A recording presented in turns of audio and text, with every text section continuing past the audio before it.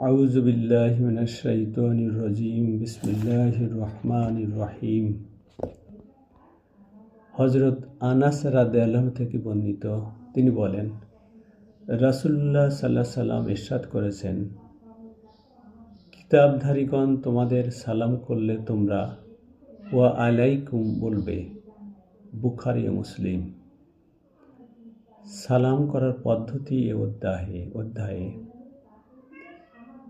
আমি আপনাদের সামনে রিয়াদুস সালেহীনের 2য় খণ্ড থেকে 868 নম্বর হাদিসটি পাঠ করে শুনিয়েছি।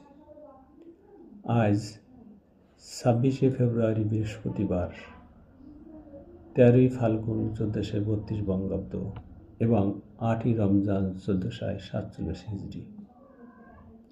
এখানে কিতাবধারীগণ বলতে আহলে কিতাব, খ্রিস্টান, ইহুদি এদেরকে বলা হয়েছে। কিন্তু যারা মুশরিক বা অন্যান্য ধর্মাবলম্বী, এদের সম্পর্কে এখানে কিছু বলা হয়নি। কিন্তু যেহেতু তারা কিতাবধারী এবং তারা যদি কেউ আমাদেরকে অর্থাৎ মুসলিমকে সালাম করে, তারা উত্তরে বলবে ওয়া আলাইকুম। আল্লাহ পাক আমাদের হাদিসটি স্মরণ রাখার এবং সে অনুযায়ী আমল করার তৌফিক দিন, আমিন। চ্যানেলটিকে ভালো লাগলে দয়া করে সাবস্ক্রাইব করুন। ধন্যবাদ।